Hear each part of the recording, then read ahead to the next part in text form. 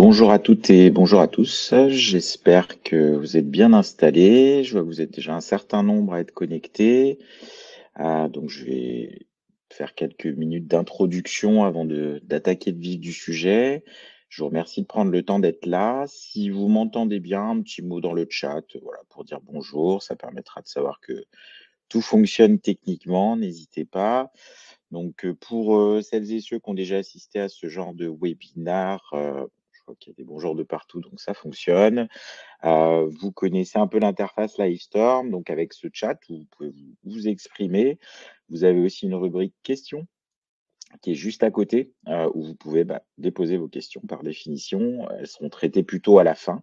Donc si vous les mettez dans le chat, j'arriverai à les retrouver, mais c'est parfois moins facile. Dans ce chat-là, je mettrai également des liens au fur et à mesure. Donc je vais commencer d'ailleurs par des premiers liens qui sont en rapport avec ce CES. C'est une playlist sur la chaîne YouTube Veto Network où sont regroupées les vidéos quotidiennes du CES et puis également un lien vers les podcasts pour ceux qui ont des trajets longs en voiture. Parfois, ça peut être pratique. Quelqu'un me disait ça hier. Donc, aujourd'hui, on est réunis pour parler de ce CES 2024. C'est la première fois que je fais un retour du CES 2024 parce que d'habitude, c'est fait via VetInTech, mais là, il y avait tellement de matière entre le CES et le VMX que j'ai pas réussi à coupler les deux. Donc, je vais faire le retour du CES 2024 aujourd'hui et début mars, il y aura un retour pour le VMX. Je vais vous en parler dans quelques instants. Bonjour à toutes et tous. Merci pour vos petits mots dans le chat. Donc, qui je suis? Bon, il y a pas mal de gens que je connais dans les inscrits, mais bon, voilà, Grégory Santaner, vétérinaire de formation, passionné et intéressé par les nouvelles technologies depuis un certain temps, et donc via Veto Network, et puis également des pieds dans la pratique, alors plus vraiment praticien, mais des pieds dans la pratique en tant qu'associé et manager de Nikon Vétérinaire, 2 cliniques, et bonjour d'ailleurs à un certain nombre de mon équipe qui sont inscrits. Également impliqué dans Dr Patoun, une agence de création de contenu. Je crois que j'ai vu Audrey qui était là de l'équipe Dr Patoun. Et puis des engagements via VetInTech, je vous en reparlerai un peu plus tard, l'association de la e-santé animale. Et puis Ergon également, une association qui se consacre au développement entrepreneurial des entreprises vétérinaires. Je vous mets d'ailleurs un petit lien, je vous ai parlé de VetInTech. Il y a eu un webinar qui a eu lieu lundi en collaboration entre Buzzy Santé et VetInTech avec Annick Valentin-Smith. Et il y aura un rapport CES. Alors vous allez voir, moi je fais plutôt les grandes tendances, mais si vous voulez quelque chose de plus exhaustif, je vous invite via le lien que je mets dans le chat à aller adhérer à VetInTech et comme ça vous aurez accès à ce rapport CES. Il fait une centaine de pages, c'est très complet. C'est fait tous les ans en grande partie et là cette année majoritairement par Annick qui était présente pour VetInTech. Donc n'hésitez pas à y aller. Je vous dis également que pour celles et ceux qui auraient envie d'aller plus loin, je sais qu'il y a pas mal d'acteurs de l'écosystème santé animale qui sont inscrits à ce webinar ou qui le verront. Voilà, là aujourd'hui, je fais un retour grand public, on va dire, mais je monte fatalement peut-être 10% de ce que j'ai vu et parce qu'il faut choisir et parce que je veux pas vous prendre plus que le temps du midi. S'il y avait des entreprises de l'écosystème santé animale qui voulaient aller plus loin avec des retours personnalisés concernant le CES et le VMX, vous pouvez me contacter. Voilà, vous avez mon mail et puis de toute façon, normalement, je suis trouvable. Toutes les ressources Vétonectoire que vous pouvez les retrouver comme d'habitude en ligne, hein. Il y a pas mal de choses. J'essaye de produire pas mal de contenu. J'en ai produit beaucoup cette année au CES et au VMX. Ça m'a pris pas mal de temps, mais je pense que c'était assez intéressant. Coucou aussi à ceux du groupe WhatsApp. Vous étiez 170 dans le groupe et je sais qu'il y en a une partie qui est présente aujourd'hui pour voir ce retour et cette synthèse. Et puis, comme je vous l'ai dit, il y aura une autre synthèse, ça sera la synthèse pour le VMX, donc qui aura lieu le 5 mars. Je vous mets là aussi le lien dans le chat pour s'inscrire. Alors, je croise les doigts et j'espère que tout ira bien. Si ça ne va pas, n'hésitez pas à me contacter. C'est une nouvelle plateforme, je vais changer de plateforme. Livestorm est un peu trop exigeant sur le nombre d'inscrits et parfois ça me limite. Donc là, je tente avec Live Webinar, qui est une autre plateforme. Donc je suis en train d'apprendre. Normalement, le formulaire d'inscription marche. Donc s'il y en a qui veulent même essayer maintenant pour voir si ça fonctionne, je trouve ça un peu moins joli, mais c'est censé marcher aussi bien. Et surtout, j'aurai pas de limitation de nombre d'inscrits. Donc N'hésitez pas à vous inscrire dès maintenant, j'en parlerai régulièrement d'ici le 5 mars. Un petit mot sur la contribution carbone de Veto Network, aller aux États-Unis, c'est pas top, pour le côté, carbone et donc j'essaye de compenser. Je vous mets des petits liens là aussi dans le chat si vous voulez, expérimenter vous-même pour voir vos émissions carbone, c'est quelque chose d'intéressant et là, je va falloir que je fasse le travail avec, Manaïk de Kersauzon de Hoco pour, voir ce que ça a donné en 2023 pour, Veto Network. Je dirais que la tech, on sait que c'est générateur d'émissions de CO2, donc il faut essayer au moins d'être conscient de ça et de voir, ce qu'on peut faire pour, réduire le plus possible. Lors de ce webinaire, de quoi va-t-on parler? Eh bien, d'abord, vous décrire un peu ce que c'est que le CES, bien que grâce à VetInTech en particulier, ça a été pas mal démocratisé dans la santé animale et que maintenant vous êtes nombreux à savoir quel est cet événement. Et puis vous parlez de grandes tendances. Alors vous verrez, hein, merci Franck pour le fait que l'inscription fonctionne, c'est top. Donc vous verrez pour les grandes tendances, c'est pas un catalogue, ce que je vais vous faire, c'est plutôt comment je le sens moi. Ce qui m'a marqué, et puis je mettrai quand même, dans une deuxième partie, en évidence, différents outils santé, là aussi qui m'ont marqué, soit par leur, côté, puissant, soit par, les ouvertures que ça permet. Alors,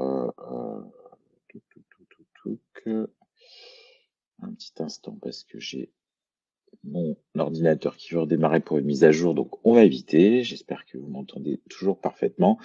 Donc voilà, on va attaquer comme ça. Le CES, pour vous en dire, un petit peu plus, c'est le plus grand congrès tech mondial. Alors, on peut toujours discuter sur la notion de taille, mais disons que c'est le plus grand congrès de professionnels. Il y a Vivatech, où il y a eu pas mal de monde, présent, comment dire? En 2023.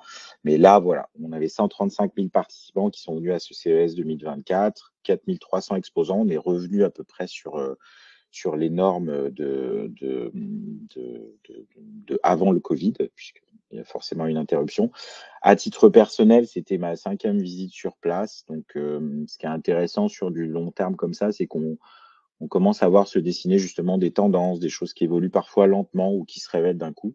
Et puis, vous verrez que vous vous attendez peut-être à ce que je parle beaucoup d'IA, d'intelligence artificielle, mais en fait, je vais pas en parler parce qu'il y en a partout, donc c'est là tout le temps.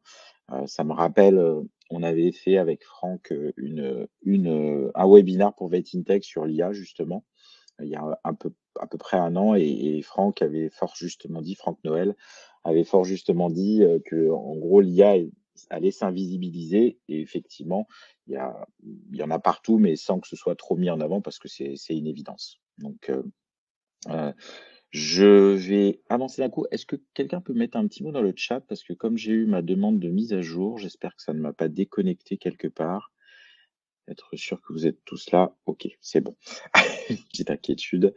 Donc pour vous en dire plus aussi sur le CES, c'est des halls d'exposition vraiment immenses, hein. Donc on a 3 grandes zones, Tech West, Tech East et Tech South. Donc au sud, j'y étais une fois la première année et comme il y avait rien à part des halls de vendeurs de câbles, j'y suis pas retourné. Donc c'est plutôt sur Tech West avec, le Sands et l'Oreca Park et Tech East avec le Las Vegas Convention Center qui est un peu le centre historique que ça se joue. Alors vous voyez, on a tous un smartphone qui mesure nos pas plus ou moins. Je vous ai mis les pas. Alors la moyenne paraît pas folle parce que c'est 10 000 pas, mais dedans il y a 4 jours où j'ai rien fait, dont un jour où j'étais en avion. Mais comme vous voyez, sur les jours CES, c'est assez vif. Avec en particulier, je pense, un petit record personnel le jeudi où j'ai fait 15 bornes parce que il y avait beaucoup de choses à voir et qu'il faut pas traîner, que les journées sont bien remplies. C'est de la tech et c'est aussi du fun. Bon, voilà, c'est Las Vegas, on aime ou on n'aime pas. Je suis pas sûr que j'aime, mais à chaque fois que j'y reviens, il y a le côté, un peu waouh, que ce soit les couchers de soleil ou des choses un peu extraordinaires comme The Sphere, donc qui est la nouvelle attraction à Vegas. Peut-être vous avez vu cette espèce de sphère gigantesque, avec un écran extérieur, de mémoire de 50 000 m², qui voilà, fait des animations. Alors, on s'interroge toujours sur l'intérêt, l'utilité. C'est beau, ça c'est sûr. Et c'est assez fascinant voilà, de voir cette ville au milieu de rien qui se réinvente un petit peu chaque année. Si on veut aller sur les tendances, la première tendance, c'est la Corée du Sud impressionnante. Alors, vous me direz: «Oui, et alors ils étaient déjà là avant?» Oui, c'est vrai, et chaque année, quand on revenait, avec la délégation Tech à laquelle, dont je faisais partie les années précédentes, on se disait: «Waouh, les Coréens, ils sont forts». Mais là, cette année, je trouve que c'est encore plus net. Alors, j'ai essayé le petit exercice suivant. Je vous ai fait ici le plan de l'Eureka Park. L'Eureka Park, c'est 1400 stands. Alors là, on a l'impression qu'il y en a moins, mais il y en a des tout petits un peu partout. Moi, j'ai pris plus d'une journée pour tout explorer, tellement c'était riche et dense. Et en bleu, je vous ai mis tout ce qui était coréen. Donc vous voyez, rien qu'en termes de foncier, on va dire, de surface, c'est une présence qui est, majeure. Je ne saurais pas compter en termes de nombre de stands, parce que c'est très protéiforme. C'est ça qui est pas évident. On arrive sur un stand, on voit, stand, de la ville de ceci ou de l'institut technologique de cela, ou des entreprises privées comme Samsung dont je vais reparler. Et en fait, ce qui fait que, voilà, si on s'en tient que au pavillon coréen, bah, effectivement, il y a qu'un pavillon. Mais si on prend la présence coréenne globale, en tout cas à l'Eureka Park, c'était majeur, et en plus, ils étaient présents aussi ailleurs sur d'autres stands, bien sûr, au LVCC ou ce genre de choses. Donc ça, c'était frappant. Ce qui était frappant aussi, c'était qu'il y avait beaucoup de stands où c'était des jeunes, voire des très jeunes. J'avoue que je n'osais pas leur demander leur âge en première intention. Et puis comment dire? L'échange était parfois pas simple, parce que, bah, effectivement, mon anglais est ce qu'il est, ça va, je suis à peu près compréhensible, mais mon anglais plus l'anglais d'un Coréen qui a peut-être des timidités à s'exprimer en anglais, ça pouvait être délicat. Mais voilà, une présence très jeune et très très grande, au niveau de la Corée du Sud, avec une on va en reparler, le côté orienté vers la santé et la santé animale qui est assez marqué. Ici, vous avez l'exemple de Samsung. Bon, Samsung, tout le monde connaît. Peut-être tout le monde ne sait pas qu'ils sont coréens, mais pour le coup, c'est le cas. Et chaque année, un des endroits où j'aimais bien aller, c'était le C-Lab. C'était un ensemble de petits stands de 9 mètres carrés, je dirais, où, Samsung montre les entités, les initiatives qu'il a, mis sous son aile, on va dire, accélérées ou incubées, voilà. En général, on dit plutôt accéléré dans ce C-Lab. Vous pouvez le retrouver sur internet, c'est assez intéressant de voir, tout ce qu'ils ont, sponsorisé, accéléré, enfin essayé d'aider. Il y a à peu près 400 initiatives en une dizaine d'années. Et là, ce qui était marquant, je suis arrivé par le bon côté. D'un côté, il y avait de la télémédecine vétérinaire, et de l'autre côté, il y avait Dumbocam, qui est, une caméra qui va aider à éduquer votre animal en analysant son comportement et en essayant de favoriser certains comportements, en le faisant aller sur le tapis, en le faisant aller sur une zone de propreté, et cetera. Donc c'était vraiment majeur. Je me suis dit: «Voilà, c'est assez marquant quand même que d'emblée, il y ait ça». Et sur les 16 initiatives, alors on va même dire 15 parce qu'il y avait un stand de synthèse, on va dire. Sur les 15 initiatives, il y en avait quand même 3 où il y avait de la santé animale. Donc il y avait Dumbocam pour cette caméra, Dr Tail, je vous en reparlerai un peu après, et puis Simpet qui est en fait, un système d'analyseur de tests, je vous en reparlerai aussi un peu après, qui fait pour les humains. On met des systèmes de tests dans les toilettes, mais qui fait aussi, les animaux. Donc on a vraiment des outils qui sont spécifiques animaux et des outils où ils se disent: «Bah, on fait la santé des humains et on va étendre sur la santé des animaux». Donc Samsung, voilà, qui était présent via son Scilab ou à l'Eureka Park, ça c'est classique, je dirais. Et ce qui est peut-être un peu moins classique, même si c'était déjà présent auparavant, mais là c'était plus marqué à mon sens, c'est au Las Vegas Convention Center, donc les grands halls qui sont là où s'exposent les grandes marques. Vous avez un immense stand Samsung qui est présent, et sur ce stand Samsung, il est un peu organisé. Vous avez le plan du stand. Il est organisé par zone, et il y avait une zone pet care qui était assez nette. Il y avait Bali aussi, qui a un compagnon pour chien, je vous en reparlerai aussi après.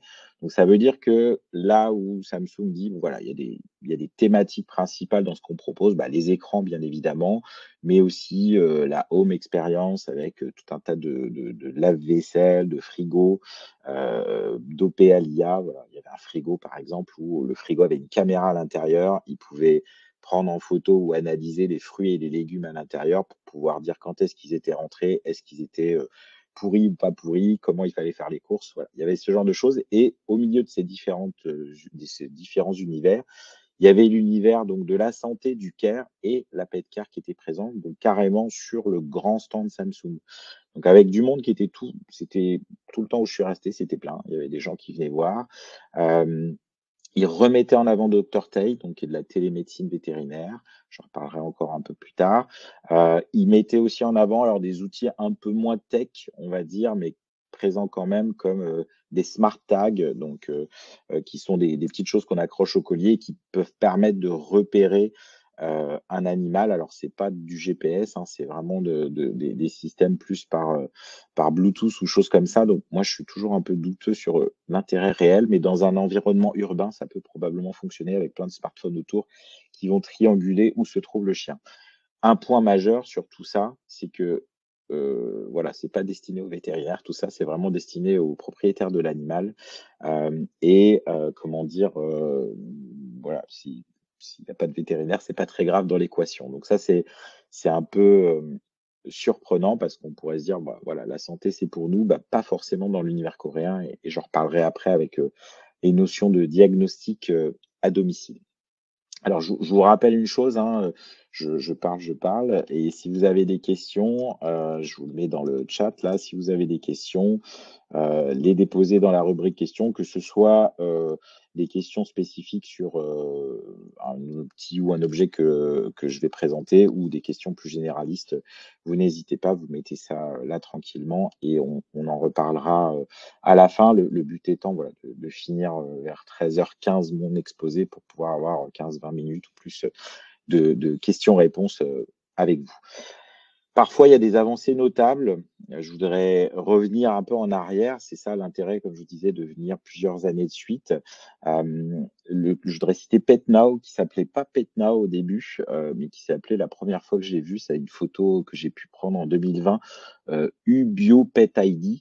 Alors je vous avoue, la première fois que je vois ça, où ils promettent que grâce à des photos de truffes de chiens, ils vont pouvoir les identifier, bon, on se dit, c'est ça paraît peu crédible, on va dire. Donc ça, c'était en 2020, Ubio Pet ID et puis, c'est devenu PetNow et ça a été accéléré par le Samsung Scilab en 2022 et puis maintenant, voilà, si vous faites des recherches, que vous regardez, on a quelque chose qui semble bien fiable, qui est, pris en compte par des assurances pour identifier les animaux, qui discutent avec des entités de l'identification animale nationale, puisque PetNow a pu rencontrer, ICAD, par exemple. Donc c'est ça un peu l'essence du CES. Vous avez un petit stand avec quelque chose d'un peu incroyable et puis potentiellement au milieu de tout ça, un peu en mode pépite, vous avez des game changers, hein, c'est-à-dire que PetNow, s'il continue, ben, un jour, peut-être qu'on n'identifiera plus par puce électronique les chiens et les chats, mais qu'on le fera que, par des systèmes comme ça. Pour la petite histoire, si vous cherchez un peu sur PetNow, ils sont en train de faire la même chose chez le chat, mais avec des photos de la face, en fait. Donc chez le chien, c'est la truffe, chez le chat, c'est la face. Alors c'est pareil, ça paraît incroyable parce qu'on se dit, bah, une tête de chat, ça ressemble à une tête de chat, même s'ils ont un peu tous leur tête et est-ce qu'on va pouvoir les identifier de manière fiable comme ça? Et bah, eux, ils pensent que oui, en tout cas, ils sont en train d'aller dans ce sens. Donc c'est pas simple de screener au milieu de tout ça, donc faut parfois passer devant des choses plusieurs fois avant de se dire: «Mais oui, c'est en train de devenir quelque chose de significatif». Donc toujours, voilà, les initiatives coréennes qui sont, assez fascinantes et à suivre. Hem, L'autre chose qui m'a marqué, c'est, comment la miniaturisation, pouvait, comment dire? Alors, je vois que Laurent, tu poses une question dans le chat, je t'invite à la poser dans la rubrique questions pour être sûr de plus facilement la retrouver après. Donc je disais que l'autre chose qui m'a marqué, c'est la miniaturisation et comment elle permettait d'accélérer le progrès et les innovations.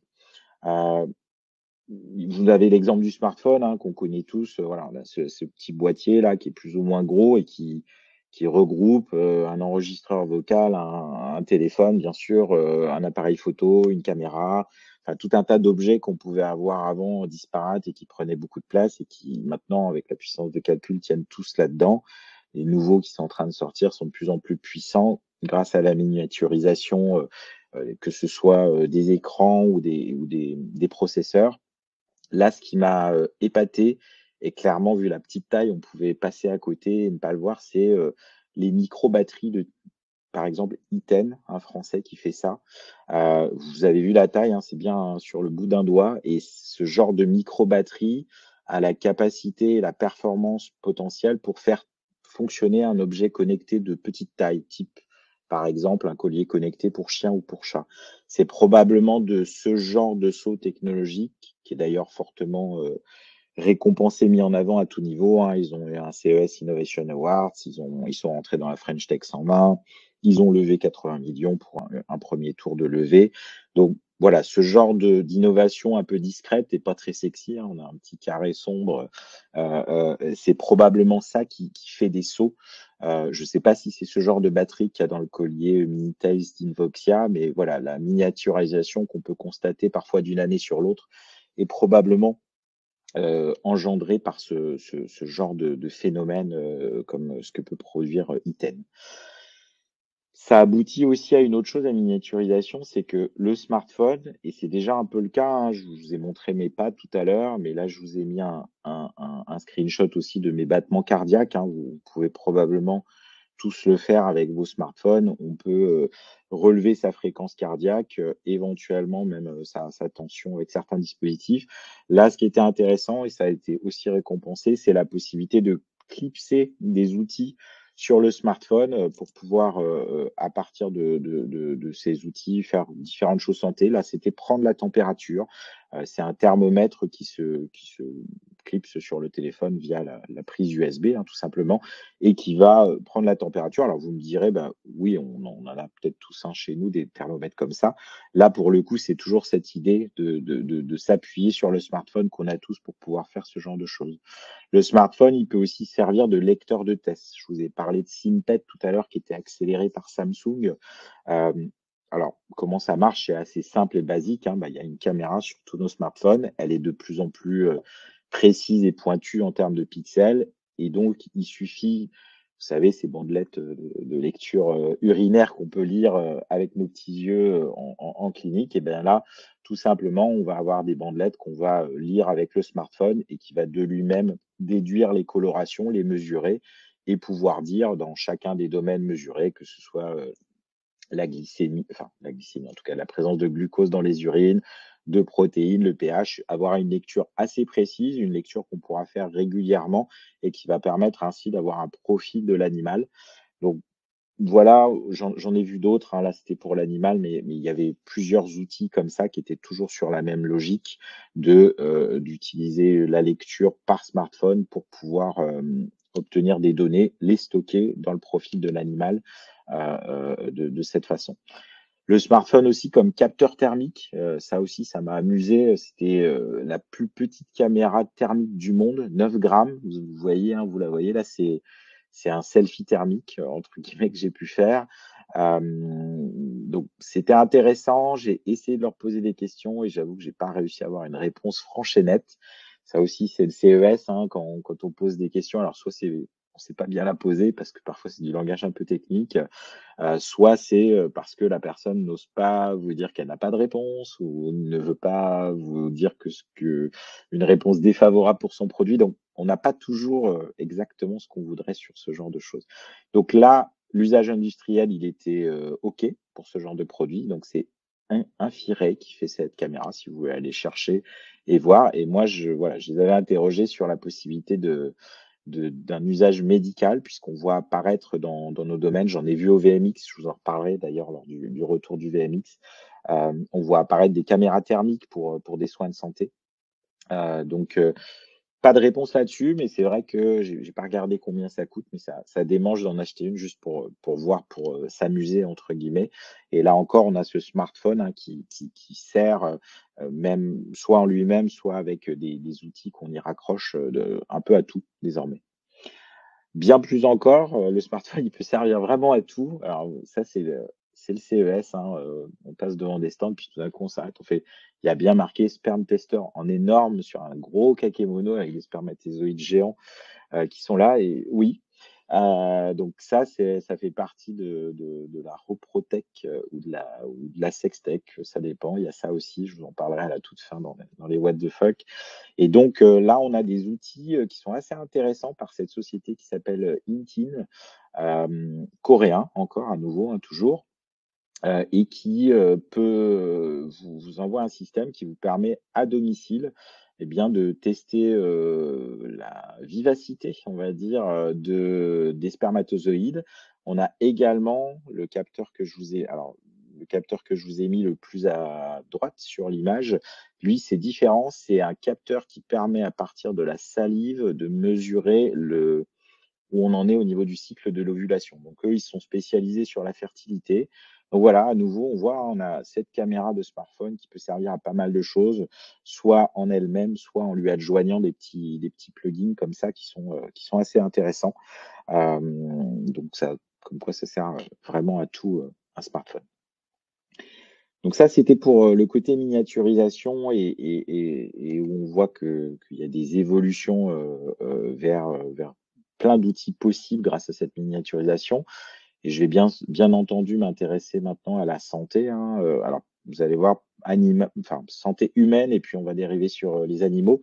La santé humaine, moi, ce qui m'est apparu encore plus, toujours pareil, hein, on le sent venir, puis au bout d'un moment on dit: «Là, ça y est, on y est», c'est, la notion de continuum santé. C'est-à-dire que pendant longtemps, la santé, c'était quelque chose qui se passait, chez le médecin, à l'hôpital.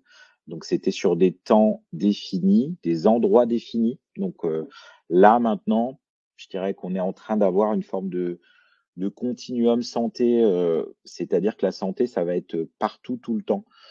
Tout est santé. Je vous invite à visiter le site de WeThings, qui est une réussite, française, donc cocorico, qui propose, voilà, balance, montre, tensiomètre et maintenant le BIMO qu'ils ont sorti cette année, qui est un outil qui va permettre de prendre un ECG à distance, de mesurer la température. Donc ça veut dire que on a des objets du quotidien, votre lit, votre, montre si vous en portez une, un miroir où on se regarde tous les matins, une balance où on se pèse tous les jours, son téléphone, hein, aussi qu'on peut avoir sur soi et le fait que ces outils-là aient la capacité à capter des données de santé, va faire qu'on va pouvoir en capter beaucoup, beaucoup, beaucoup, beaucoup sur chaque personne et qui dit beaucoup de données, si on les traite pas trop mal et qu'on arrive à en faire des choses intelligentes, ça sort des choses vraiment incroyable, je vous montrerai juste après le système Anura avec le selfie santé qui est en fait illustré par le miroir là en haut à droite, mais qui existe aussi sur le smartphone. Donc ça, c'est vraiment, intéressant et ça veut dire aussi que pour tout le monde médical, il y a une prise de conscience de ça à avoir, monde médical humain, mais aussi des animaux. C'est qu'avant, on se disait: «Bah, c'est bon, ils viennent chez moi ou ils viennent dans un environnement de santé, on va collecter des données à ce moment-là et ce sera ça la réalité ou la vérité, je pense que c'est en train de se changer drastiquement. C'est-à-dire qu'il est probable qu'un humain qui a tous ces outils-là dispose de bien plus d'éléments sur sa santé que le médecin qui le voit 2, 3 fois par an. Donc l'intérêt, bien sûr, ce serait que tout le monde collabore autour de ça, pour pouvoir, avoir une meilleure prise en charge et bien sûr, ce que je dis là pour les humains, c'est probablement valable aussi pour les animaux. Le selfie santé, c'est un peu l'extension de ce que je vous disais là. Donc ça se fait avec une appli qu'on charge sur son téléphone, une appli qui s'appelle Anura. Alors, je vous avouerai que je l'ai utilisé en test, avec une tablette, sur le CES, sur le stand, mais je ne l'ai pas chargé sur, mon téléphone. J'avoue que le côté, se connecter avec son compte Google pour donner des éléments de santé, je suis pas encore complètement prêt, ça pose des questions. Donc ce genre de technologie, comment ça marche? Ça je pense que j'avais vu la première fois il y a 3 ans avec les Israéliens de Bina. En fait, tout simplement, vous allez faire un selfie en vidéo pendant 30 secondes. Vous filmez, vous regardez bien la caméra, vous êtes juste normal et à l'époque, c'était capable de sortir des choses déjà assez intéressantes comme, la fréquence cardiaque, la fréquence respiratoire et la SpO2 aussi, donc la quantité d'oxygène dans le sang, on va dire. Alors bon, un peu bluffant et relativement efficace, hein. Plusieurs systèmes sont agréés au niveau, système de santé. Là, Anura, ça va plus loin, parce que et j'avouerai voilà, comme je vous disais, des fois on tombe sur des trucs, on se dit: «Mais comment c'est possible? Est-ce que c'est vraiment fiable?» Là, en fait, ils vont avoir la capacité à sortir beaucoup, beaucoup plus de data et en fait, des data qui sont des déductions de ce qu'ils ont pu déduire des dossiers de santé des gens qui ont déjà utilisé le système depuis plusieurs années. Donc avec en particulier, des risques métaboliques, des risques, d'avoir, par exemple, le diabète, des risques d'avoir des troubles, au niveau cholestérolémie, des choses comme ça. Voilà, c'est un peu flippant parce qu'il y a beaucoup de risques, on va dire. Alors, je m'en sortais pas trop mal, mais quand même et en fait, on a presque l'impression qu'à un moment, on va avoir, comment dire? Un téléphone carrément qui va vous dire: «Bon, bah, votre espérance de vie qui vous reste, c'est ça, quoi», en fait.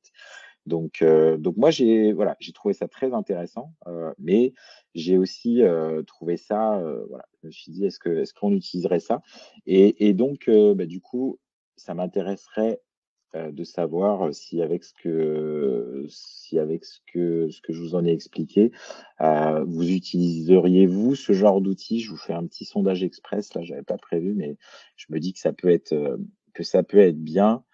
Voilà. Est-ce que moi je vais voter, je sais pas ce que je vais voter, je vais voter oui quand même. Je vous mets le petit sondage pour savoir si vous utiliseriez ce genre d'outil. Hem, allez, on fait un petit temps comme ça, moi ça me laisse le temps de boire et puis ça vous réveille un peu. Donc on voit qu'il y a quand même une curiosité. Bon, vous êtes un public un petit peu orienté, hein. On va dire 2 tiers qui seraient au moins curieux de voir ça. Alors après, c'est toujours pareil, hein, ce genre d'outil, hem, c'est qu'un outil bien utilisé, c'est sûrement super parce que ça permet probablement de faire du préventif. Après, on imaginerait un monde où, l'employeur, demanderait à faire un selfie santé tous les débuts de mois ou l'assurance demanderait selfie santé. Bon, on aurait peut-être quelque chose de un peu plus, problématique au niveau éthique. Hem, Ce qui m'a épaté aussi, c'est, le côté, curatif et préventif chez soi avec des choses que je pensais pas qu'elles existeraient un jour. Voilà, c'est la première fois que je vois la possibilité de faire de la dialyse à domicile avec son propre petit appareil. Là encore, l'effet de la miniaturisation et on imagine bien avec, tout le côté confortable qu'il peut y avoir, hein, si vous avez dans votre entourage des proches qui sont, avec des reins un peu faiblards et qui font des dialyses régulièrement, fatalement, la possibilité d'avoir ce genre d'outil à domicile plutôt que de devoir aller ensemble, c'est quelque chose d'intéressant. Au niveau préventif, une autre chose qui m'a épaté, je savais pas trop où la ranger, mais j'ai trouvé ça technologiquement et au niveau inventivité intéressant, c'est les Français de Zoëkère.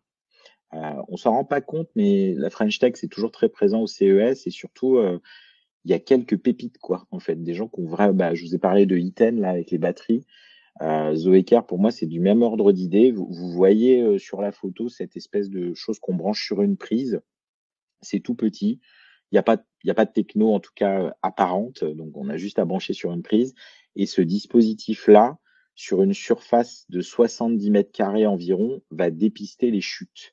Alors j'avoue, technologiquement, je suis pas encore assez à l'aise pour l'expliquer, mais ils m'ont bien montré et cetera. Ça détecte le mouvement des ondes Wi-Fi, ce qui veut dire qu'il y a pas de notion de, s'il y a un canapé entre l'endroit où ça chute et ça. Donc c'est pas un détecteur radar classique, c'est basé sur les ondes Wi-Fi. Ça veut dire que si quelqu'un tombe à 5 mètres derrière un canapé ou derrière une table, ça le sentira quand même, en fait. Donc c'est assez étonnant. J'attends pareil de voir, on se dit: «C'est assez incroyable», mais des fois il y a des sauts techno parce que, bah, fatalement dans tout ce qui est, la prévention et le care chez les personnes un peu âgées ou les chutes, on sait peuvent avoir des conséquences dramatiques. C'est quelque chose qui serait super avec, la possibilité de prévenir des personnes de confiance, avec un simple dispositif comme ça qu'on brancherait. C'est déjà en test dans des EHPAD où en fait ils les mettent, 1 par chambre, et ça semble plutôt prometteur. Bon, après, voilà, faudra voir ce que ça donne, mais j'avais trouvé ça vraiment intéressant, ce côté santé et prévention chez soi. Et la santé, c'est aussi les caméras, et ça, je pense qu'on n'en prend pas assez conscience.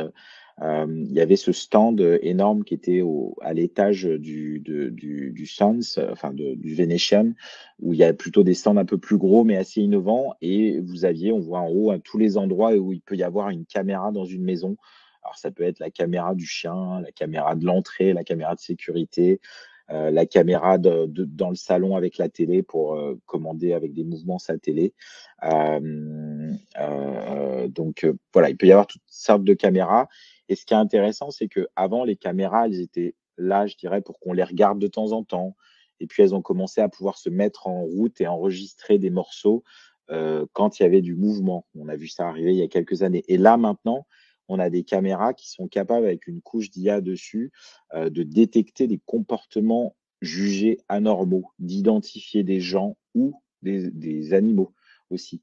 Et les animaux sont complètement intégrés dans la logique de ce genre d'entreprise-là. Vous voyez peut-être en bas, hein, la capacité à dépister des choses, ouais, il y a des gens qui mettent des petits emojis, waouh, je suis d'accord avec vous. Quand j'ai vu ça, j'ai fait: «Ah ouais, OK, on en est là». Donc des choses comme, dépister les aboiements d'un chien, les quantifier, dépister l'arrivée d'animaux sur un territoire, faire des pet diary. Donc pet diary, c'est marrant en fait, voilà, on se dit: «C'est un peu futile», mais c'est prendre des photos régulièrement de l'animal de compagnie pour en faire un petit album. Voilà, le la journée de Kiki quand j'étais pas là, ce genre de choses. Effectivement, comme tu dis, Anne-Christelle, la capacité à dépister des boiteries, des choses comme ça. On a déjà des choses qui le font. Alors, j'ai pas vu de caméras de surveillance qui le font, mais il y en a des choses qui le font, donc c'est sûr que ça va arriver très vite. On peut avoir aussi, des choses sur la sécurité des humains. Je reviens sur les humains quand même. C'est, voilà, le baby face coverage, c'est-à-dire si son enfant est en train de potentiellement s'étouffer avec la couverture, on va être alerté. Donc ces caméras qui sont un peu partout, qui peuvent paraître, anodines, Franck, parfaitement épilepsie. De toute façon, tout ce qui ne sera pas de l'ordre de la normale pourra, et bien sûr, ouais, Christophe avec Novostab et la détection des coliques chez le cheval. Donc voilà, il y en a qui sont déjà familiers de ce genre de choses. Là, ce qui me fascine, c'est que on reprend Novostab pour, Christophe, c'est une caméra qu'on met dans une étable et je vais vous parler de caméra après justement. Quand on le met là, c'est à dessein de surveiller quelque chose. Là, ce qui est plus, étonnant, c'est que c'est des caméras qu'on a mis là, pour faire caméra de surveillance de base, mais pas d'idée derrière la tête et qu'en fait, elles vont probablement servir à dépister tout un tas de choses. Donc des caméras aussi fun et futiles. Alors moi, c'était la mode cette année, j'en ai vu trois quatre, je vous en ai mis un, Birdfy. Allez voir, je pense que je vais craquer, que je vais offrir ça à ma maman parce qu'elle a une petite mangeoire à oiseaux. Ils ont eu l'idée maligne de mettre, des caméras dessus. Donc ça vous fait des super albums photos, pour les fans d'ornithologie, avec en plus détection par IA de la race et vous recevez une petite notification comme quoi il y a une mésange bleue, qui arrive. Ah, je vois que Philippe, tu en as une, donc cool, que tu aies ça. Donc voilà, j'ai trouvé ça marrant et puis dans l'ordre caméra, utile, il y a Flappy des Suisses, que je suivais déjà depuis un certain temps et qui ont une chatière pour chat avec une caméra intégrée qui va détecter quand votre chat veut vous amener un petit cadeau, que ce soit une souris ou un oiseau et qui va, lui interdire l'accès quand il y a ce genre de choses qui arrivent. Donc voilà, des caméras, je pense, c'est quelque chose à suivre de près, c'est le cas de le dire parce que voilà, on sent bien que ça, plus la vitesse de traitement des données, plus un peu d'IA, plus la miniaturisation, on va en avoir partout. Pour ceux qui ont pu voir ce film, The Circle avec, Emma Watson, voilà, on est dans cette idée-là. Je vais continuer à avancer et finir parce que le temps passe. Vous voyez, c'était assez passionnant, donc on pourrait en parler pendant longtemps sur des initiatives e-santé animale qui ont marqué. Je vais revenir à des caméras. C'est, Nova Vision, encore des Coréens et on avait dans la même mouture Edge Farm, qui était là. Vous voyez la photo qui est en haut à droite, c'est une de ces caméras-là qui est au-dessus et qui a la capacité à dépister de manière individualisée chaque poulet. C'est-à-dire qu'en une seconde, elle a la capacité à scanner 820 poulets, je crois, de mémoire. Donc ils vont scanner les poulets vus du dessus, ils vont avoir une espèce de forme comme ça, ce que vous voyez, et ils vont arriver à en déduire de manière assez fine et précise le volume du poulet, donc sa croissance, donc est-ce qu'il y a des retards de croissance, des choses comme ça. Pareil, est-ce qu'il y a des mouvements anormaux et ce genre de choses. Donc ça, c'est pareil, on a eu un saut, on avait des choses qu'on avait vues arriver en France comme ailleurs, si vous suivez l'élevage, avec des gens comme Quentin Garnier qui était pour les vaches, qui était déjà assez, voilà, costaud, robuste et on se disait: «Waouh!» Là, on arrive à faire ça sur une poule quoi et sur plein de poules en même temps. C'est assez fascinant avec, dedans toujours pareil, hein, l'espèce de pendant, amélioration des conditions d'élevage, mais aussi amélioration de la productivité. Donc voilà, il faut arriver à équilibrer les choses, et pour faire en sorte que ce soit le plus pertinent possible. Des démarches aussi en termes d'élevage, donc en santé animale, ce qui m'a le plus marqué cette année, c'est vraiment les choses en élevage. D'abord parce que c'était présent et c'était présent, à l'Eureka Park et puis, bah, beaucoup les Coréens, hein, Novavision, Hedge Farm et Farmers Hand, c'est tout coréen encore une fois. Et là, Farmers Hand, ce qui est intéressant, c'est que ce sont des colliers connectés pour les veaux. Alors, jusque-là, rien de foufou, parce que des colliers connectés, on en a comme ça, voilà, qui dépistent le fait de téter, de ruminer, de tousser, de se reposer, de manger. Donc, c'est super intéressant. Ce que j'ai trouvé vraiment intéressant, c'est la mise en place de ce genre d'outils. On verrait ça dans des fermes d'élevage hyper tech, dans des pays super avancés. Et eux, ils ont chez Farmers Hand, ils ont mis ça en place. Alors bien sûr en Corée, mais aussi au Kenya, sur des troupeaux dont on imagine que le niveau zootechnique est bien éloigné de ce qui existe en Corée. Et ce qui est super, c'est que ça a permis de faire fortement baisser la mortalité, de 32 à 0,6 chez ces petits veaux, de faire de la vraie médecine préventive et sur les adultes, parce qu'ils en ont mis aussi sur les adultes, d'augmenter la productivité laitière. Donc je trouve ça intéressant de voir que la technologie, quand elle est appliquée dans ces pays-là, ça peut faire des sauts de qualité de vie parce que, ben, pour ceux qui ont déjà été dans ce genre de pays, clairement, quand il y a un veau sur 3 qui meurt, ça fait pas la même chose dans la gamelle des gens, ni dans le portefeuille pour ceux qui sont éleveurs, donc c'est vraiment intéressant. Sur la pet tech, donc les animaux de compagnie, je dirais qu'on retrouve, la tendance humaine que je vous ai donnée de notion de continuum santé, c'est-à-dire que la santé est partout tout le temps. On commence à la retrouver. Elle est peut-être moins forte, mais elle va arriver aussi à mon avis. Donc avec, je pense que la plus grosse annonce, c'était le mini Tails de Invoxia, hein, je vous laisse aller sur leur site. La capacité qu'a eu Invoxia en un an de miniaturiser fortement son collier, d'y adjoindre, voilà, la mesure de la fréquence respiratoire, de la fréquence cardiaque, ce qui fait qu'on a pour la première fois, à mon sens, un outil qui va, je dirais, être holistique, c'est-à-dire qu'il localise l'animal, il mesure son activité, c'est-à-dire est-ce qu'il mange, est-ce qu'il boit, est-ce qu'il se repose, et il peut faire au repos des mesures de fréquence respiratoire et de fréquence cardiaque. Donc ça sera intéressant à suivre de près, de voir d'abord s'il y a une adoption des propriétaires, de voir aussi ce qu'en font les propriétaires, ce qu'en font les vétérinaires aussi, parce que j'avoue que la première fois qu'on va m'amener un rapport de santé en disant Kiki, il respire plus vite que d'habitude, c'est Minitails qui l'a dit. Bah, je sais pas trop comment on va traiter ça, mais on sera content de traiter dans nos cliniques. Donc, faut se préparer à ça, hein, ce genre de choses. On a la santé chez soi qui est aussi à travers des choses qu'on a déjà vues les années précédentes, hein. Je pense à Carpet, qui est un matelas fait par des Italiens qui va là aussi mesurer la fréquence respiratoire, la fréquence cardiaque. Je pense à Wisapet, qui est un stéthoscope connecté coréen qui lui aussi est capable de faire de la mesure avec une analyse par IA des bruits cardio-respiratoires pour dépister précocement des pathologies cardiaques. Je pense à Catlink aussi, que j'ai repéré dans un petit coin à l'étage du Venetian. C'est des Chinois avec un collier connecté pour chat, qui est un petit peu un défi.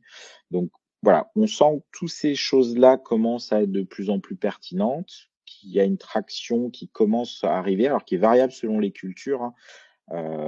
Voilà, chez nous, ça commence à arriver. Dans des pays comme la Corée, je vais en reparler un peu après, c'est déjà un peu plus installé. Hem et donc, bah, comme je vous disais, dans les pays comme la Corée, c'est plus installé et on a des entités comme Lifet que j'ai retrouvé sur le stand des startups coréennes à l'Eureka Park. Alors là, la promesse, c'est tu prends en photo ton animal chez toi avec ton smartphone et ça te dépiste des choses pour savoir s'il faut aller voir le vétérinaire ou pour communiquer avec ton vétérinaire via une plateforme de télémédecine. Il y a des choses qui sont crédibles, comme par exemple la maladie parodontale, parce que je dirais que une IA bien entraînée, qu'elle puisse dépister ne serait-ce que la couleur des dents, j'y crois. La luxation patellaire dépistée de manière fiable sur une photo prise de l'arrière du chien comme ça, j'y crois un peu moins. Et puis Dr Tay dont je vous ai parlé, hein, qui était mis en avant par Samsung, à la fois au SciLab et au LVCC. Donc ils sont installés aux États-Unis. Donc c'est un système où en fait les gens payent 19,95 $ par mois et ils ont veto à volonté, via chat ou visio ou ce genre de choses. Ils ont déjà traité 62 000 patients. Donc alors chez nous, on a toujours, une problématique, voilà, de la télémédecine qu'on ne peut pas pratiquer pour l'instant. On espère que ça va peut-être bouger et je vous reparlerai de télémédecine, de toute façon, lors de mon retour du VMX le 5 mars. Je vous remets d'ailleurs, le lien, comment dire, dans le chat, pour ceux qui voudraient s'inscrire pour ce retour du VMX, parce que là-bas, la télémédecine était un gros sujet pour eux, donc je pense que j'en ferai une thématique. Il y a également, et pour finir sur la PedTech, des compagnons pour nos compagnons. Le Oro de Augment Robotics était assez intéressant parce qu'il s'affirme d'emblée, comme un gardien, un compagnon, presque un vétérinaire, hein, puisqu'il va nourrir et donner les médicaments, à l'animal. Comme tu le signalais, Anne-Christelle, voilà, des déplacements douloureux. On voit, je ne sais pas si on voit suffisamment bien, mais sur, l'affiche gardien, on voit la capacité du robot à analyser les angles des membres de l'animal et c'est à travers ce genre de choses qu'un robot comme ça pourra voir marcher le chien, la journée, même quand vous n'êtes pas là et peut-être vous envoyer une petite alerte en disant: «Il y a quelque chose qui a changé, ça boite à droite ou à gauche», ou en tout cas, voilà, pouvoir dépister des choses anormales, et ça évoluera certainement. Le Oro peut aussi jouer, hein, on voit, je ne sais pas si vous voyez, il y a l'espèce de rond qui peut lancer une balle, il peut aussi distribuer des friandises, enfin voilà, il peut être en interaction, à distance. Bien sûr, vous avez accès à la caméra en permanence, donc vous pouvez causer à votre animal quand vous êtes au boulot et que vous faites une pause. Donc il y a Pet at Work dans certaines boîtes, il y aura Pet at Home, mais avec peut-être des pauses vidéo pour faire coucou, à son chien ou à son chat. Dans le même ordre d'idée, il y a, Enabot, c'est des Chinois de mémoire, donc avec, un truc un peu fascinant, hein, où là aussi un petit robot compagnon, et si vous regardez cette affiche qui est à droite, Always Together, avec la famille, le chien, je sais pas s'il y a un chat, mais c'est le chien et puis les petits robots. Donc il y a vraiment cette notion pour eux, les robots compagnons, ils sont, triplement compagnons. C'est-à-dire, ils sont compagnons, de la famille, des animaux, des enfants aussi, ils peuvent surveiller plein de choses. Donc, ça, c'est une philosophie, qui est assez, vers l'Asie, on va dire. Nous, on n'est pas encore trop exposés à ça et on a du mal à comprendre, mais chez eux, c'est beaucoup plus présent et d'ailleurs, bah, vous savez que j'aime beaucoup les robots, donc j'allais forcément vous en parler. Des robots comme compagnons, pourquoi pas? Alors, à chaque fois que je parle de ça, vous vous dites: «Il est vraiment fou».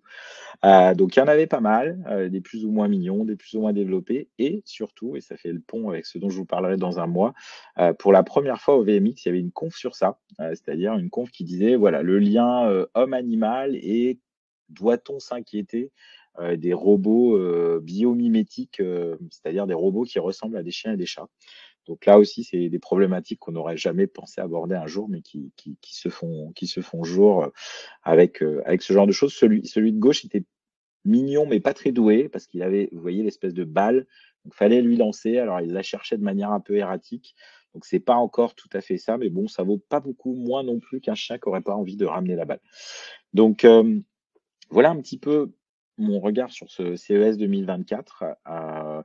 Hem, il y avait du sérieux, je vous ai montré un peu ce que j'ai trouvé sérieux. Il y a aussi et toujours, des endroits où on passe et on fait: «Non mais vraiment?» Alors il y a toujours la sextech, je vous fais ça de gauche à droite. La sextech avec, ces engins, spécifiques, alors qui des fois sont ouvertement présentés comme étant, uniquement à but, ludique et des fois par contre, voilà, avancent des vrais arguments de santé, comme quoi on a une appli, on s'entraide, on est meilleur et cetera, tout ça, donc pourquoi pas? Vous aviez aussi des choses un peu plus, what the fuck avec ce sac à dos qui a un écran LED au fond qu'on peut changer, où on peut mettre des choses. Alors je me suis dit: «Mais pourquoi en fait, faire ça?» Et j'ai croisé quelqu'un qui avait, son son code, enfin qui avait mis un QR code pour entrer en contact avec lui. Bon, je suis pas sûr qu'on doive aller là. Vous avez ces petites caméras aussi juste en dessous, qui sont des caméras, de compagnie, on va dire. Là encore, bien sûr, ça vient d'Asie. Il y a des gens qui sont en visio toute la journée, donc c'est une caméra qui va dire: «Attention, vous êtes fatigué», à partir de données biométriques, hein, le nombre de fois les yeux se ferment, la dilatation de pupille, les épaules, voilà, qui s'affaissent un peu. Il faut faire une pause, ce genre de choses, voilà. Donc et le dernier truc qui est pas très tech, mais que j'ai trouvé malin, C'était, donc complètement à droite, c'était, un fabricant de câbles USB qui avait mis, un peu d'éléments magnétiques dedans et qui proposait, voilà, les câbles, ça ren c'est toujours le bazar, et qui permettait du coup de les ranger sur des surfaces magnétiques. J'ai trouvé ça, low tech mais assez malin quand même, quoi. Donc voilà pour ce CES, en résumé, vous l'avez compris, voilà, la Corée qui est à suivre, hein, bon, qui était déjà à suivre avant, mais là, je trouve qu'ils ont pris, un cran d'avance et du mal à voir comment ils vont être rattrapés. Cette notion de miniaturisation qui permet des fonctionnalités dans les caméras, l'IA qui s'ajoute à ça, ça permet pas forcément des nouveaux outils, mais des nouveaux usages, je dirais. C'est ça qui est peut-être intéressant à retenir. La santé qui est désormais potentiellement partout, la notion de continuum de temps et d'espace où, au final, notre santé va être potentiellement évaluée, évaluable tout le temps. Alors la nôtre, mais aussi potentiellement celle de nos animaux de compagnie ou des animaux d'élevage. Donc ça, je trouve que c'est une nouvelle donne qui est encore plus affirmée qu'avant. Et puis, bah, vous informer du CES 2025 qui aura lieu du 7 au 10 janvier. J'avoue qu'à chaque année, je me pose la question et la semaine dernière, j'ai craqué, j'ai réservé, mon hôtel pour être sûr d'y retourner. Il y aura probablement une délégation VetInTech, ça peut être un bon moyen, d'y aller. Parce que, y aller tout seul, sur une première fois, ça peut être un peu délicat. Je vous remets d'ailleurs, le lien pour adhérer à VetInTech. Vous aurez aussi le rapport du CES, hein, qui sera un bon complément à ce que je viens de vous faire. Donc un conseil, y aller, hein, si vous êtes fan de tech, c'est quand même quelque chose à voir au moins une fois. Et puis, vous dire qu'on se retrouve, voilà, pour le retour du VMX. Je vous remets là aussi le lien dans le chat pour vous inscrire si vous voulez dès maintenant. J'en reparlerai régulièrement. Donc le VMX, il va vraiment être plus centré veto, puisque le VMX, qu'est-ce que c'est? C'est la VAC en XXL et beaucoup plus orienté tech, on va dire, tech et management. Donc, voilà, des nouveaux médicaments, des nouvelles tendances, des nouveaux outils. Vous allez voir en particulier là avec de l'IA, des IA génératives qui sont assez intéressants. Donc je vous invite à vous inscrire et puis j'espère que tout marchera bien techniquement avec la nouvelle plateforme, mais normalement ça devrait aller. Et puis, une dernière fois, voilà, si vous êtes du monde de la santé animale et que vous avez des questions, je vais bientôt répondre aux questions que vous voulez pas poser ici ou auxquelles vous voudriez avoir certaines réponses, vous m'envoyez un mail, on en discute et on voit comment faire ça ensemble. Voilà pour, aujourd'hui. J'espère que, bah, déjà, on a tenu à peu près les délais, que ça vous a plu. Merci pour les les petits emojis. On va passer aux questions en fait, hein, voilà. Alors je vais les prendre dans l'ordre antéchronologique. Hem, OK, alors Philippe qui dit: «Pourras-tu nous préciser si les différents items sont déjà commercialisés ou pas?» Alors bon, je vais pas tout repasser. Je réfléchis, je pense que la quasi-totalité de ce que je t'ai montré est commercialisé, en fait. Il y a peut-être, les Français de Zoéker qui ont pas l'air encore au stade de lancer la commercialisation, mais si je repense au reste, je pense qu'il y a de ça. Laurent qui ensuite parle de modifications par chirurgie pour les brachycéphales. Pour PetNow, c'est une très bonne question que je leur ai déjà posée et qui fait partie des choses où on n'a pas trop de réponses quand on pose ce genre de questions en disant: «Mais si le chien, il est reconnaissable à sa truffe et qu'il a, une blessure à la truffe, une chirurgie à la truffe ou ce genre de choses?» Heu, Là-dessus, voilà, il n'y avait pas vraiment de réponse à ça. Je pense que dans ce genre de situation, peut-être que, il faudra reprendre une photo et dire, bah, cet animal-là, en fait, c'est le même que celui qui était identifié comme ça. Un peu, tu sais, comme quand on pose, 2 puces sur un animal parce qu'il y en a une qui a disparu ou ce genre de choses. Je continue les questions. Il y avait Bruno, alors commercialisé et tarifs éventuels. Alors commercialisé, comme j'ai dit, pour Philippe, quasi tout ce que j'ai montré plus ou moins commercialisé. Les tarifs, j'avoue que je demande des fois comme ça, mais je note pas parce que c'est variable, il peut y avoir des tarifs CES, ça dépend des distributeurs, donc je vous ai mis les pistes, faut aller un peu fouiner après par vous-même. Pour Mylène, tu poses la question sur la dialyse à domicile. Est-ce que c'est un prototype ou déjà commercialisé? Alors moi, tel qu'il en parlait, c'était déjà commercialisé. Bah, en Europe, je ne sais pas. Aux USA, Oui, pareil, je pense que tu as sur le comment dire, sur la diapo, alors il y aura le webinar sera accessible en replay dès la fin et aussi sur YouTube. Donc tu pourras aller voir ou sinon envoie-moi un petit mail puis je te mettrai les refs. Je pense que j'ai même dû prendre des photos du stand, un peu plus précis si tu veux essayer de les contacter pour voir ce qu'il en est. Pour Franck, tu me parles de collier en Australie. Alors Franck Bourdi, collier en Australie, je ne sais pas ce que tu veux dire par là, si tu peux reposer ta question et j'y reviens après. Pour Audrey, tu parles de collier GPS pour le chat, c'est encore très gros. Tu te demandais où on en était sur les puces géolocalisables. Alors c'est une bonne question. Parce que oui, c'est vrai que c'est encore conséquent la taille sur les chats pour avoir un chat mascotte qui est équipé, nous, à la clinique. Globalement, ça va, hein, mais c'est vrai qu'on pourrait espérer que ce soit plus petit. Tu poses la question des puces géolocalisables. Alors, jusqu'à peu, je t'aurais dit, bah, j'y crois pas trop, je vois pas comment c'est faisable, mais bah, tu vois ce dont j'ai parlé de la miniaturisation. Tu as également avant-hier le Purina qui a récompensé via son système d'incubation Unleashed qui a récompensé une initiative qui, de mémoire, s'appelle VetChip. Alors attends, je vais chercher. Voilà, c'est des Australiens. Je mets ça dans le chat. Je faisais des recherches sur ça juste hier. Tu as de la chance. C'est les Australiens. Alors c'est pareil. On est dans le stade où on se dit, est-ce que c'est possible? Ils ont l'air d'être assez sérieux. Le fait qu'ils soient poussés via des systèmes comme le Purina Unleashed, c'est plutôt un gage de sérieux.